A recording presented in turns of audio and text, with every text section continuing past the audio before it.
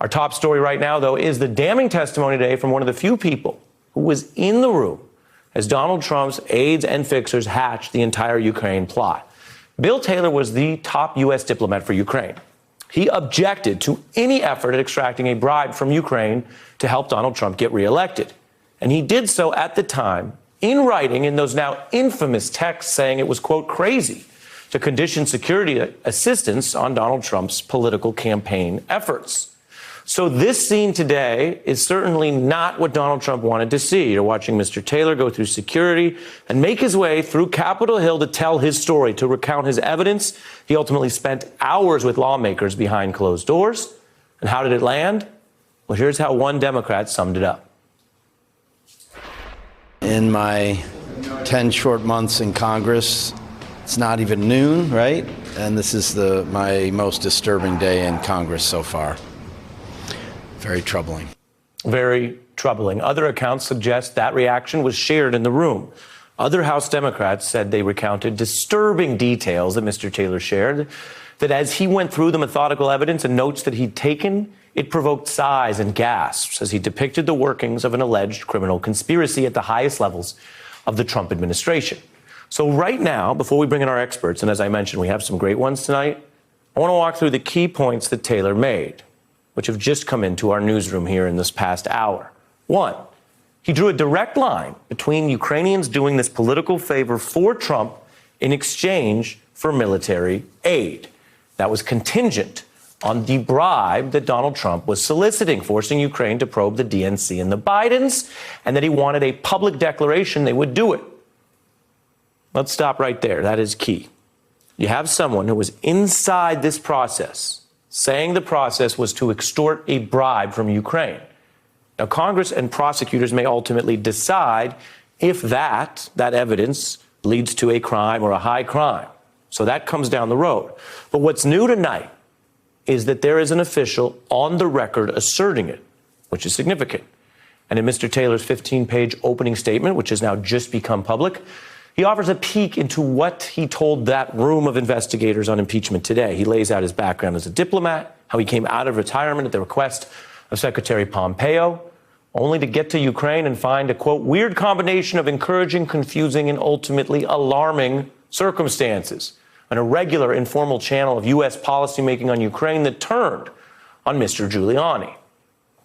That matters because it is new confirmation of what you've already heard about, what we've been reporting about, the reason why the president's close to impeachment, that there is the allegation of a shadow foreign policy, doing the bidding of Mr. Trump's reelection.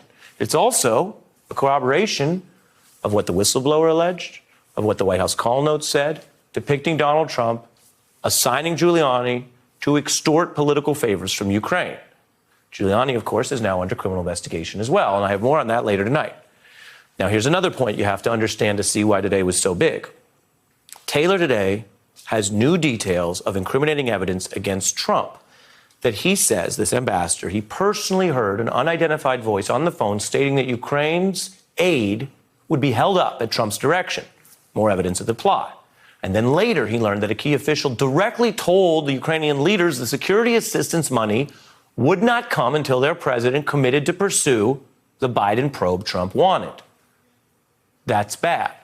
Now, if at this point in the broadcast you think, is this kind of stuff we've heard before?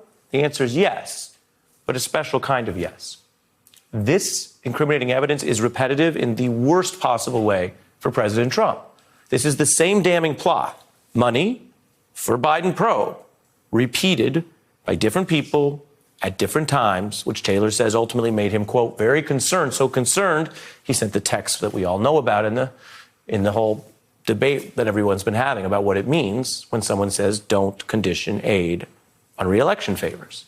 So today Congress gets the context for that whole series of exchanges, which ultimately led to a phone call with Donald Trump's loyalist, his appointee, Gordon Sondland.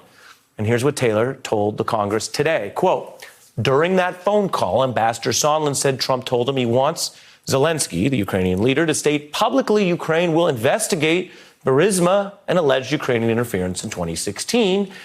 That's the whole DNC Biden stuff. And he said, quote, everything was dependent on such an announcement, including security assistance. Quid meet quo. There it is. The Biden stuff for the money. Now, things were obviously bad for Donald Trump before today. Donald Trump admitted he wanted the Biden probe from Ukraine. His chief of staff admitted to a quid pro quo last week, tried to walk it back. So if you say, okay, Ari, what is different about this today, this repetition, if you will? Well, it is worse because this is the person on the inside detailing the facts and the time and the place of the quid pro quo. And what happened next? We know a little bit about this as well today. Taylor then told the Congress that he asked Sondland, that Trump loyalist, to push back and try to stop this whole money for investigation idea. And Sondland allegedly said he would try, but then later said Trump was adamant that Zelensky himself had to clear things up and do it in public. And despite Sondland texting a Trumpian denial, the plan was still either Ukraine and Zelensky did this and commit to clear things up in public, or there would be a stalemate. So if Trump admits to the goal, get the probe to help him in 2020, and Mulvaney admits to the method, demand a quid pro quo bribe, what's new tonight, why this is a bombshell, is that today Ambassador Taylor confirmed the incriminating how, exact conversation and timing and details for getting it done. Rarely do you see this in the light of day, in black and white, the operational details for what many experts believe is a crime, or what Mulvaney insists is just foreign policy. Get over it. And there's one more difference between Donald Trump and Mulvaney over here and Ambassador Taylor here today. They admitted incriminating things and then still defend them. Taylor's detailing some of the same things. He's not defending them today. He's against them. He's sounding an alarm. He is trying to stop that plot. He tried at the time in writing, and he's trying to stop any further such plots today. You might say he's blowing the whistle. And finally, here is how he told Congress about his now famous warning in those text messages. Quote, I said withholding security assistance in exchange for help with a domestic political campaign would be crazy. I believed that then, and I still believe that. He's staking his whole career and integrity on that. Believe that. The diplomat has spoken. Who believes him could decide the future of this entire impeachment debate. Hey, I'm Ari Melber from MSNBC. You can see more of our videos right here, or better yet, subscribe to our YouTube channel below. You could have been anywhere in the world, but you're here with us, and we appreciate that.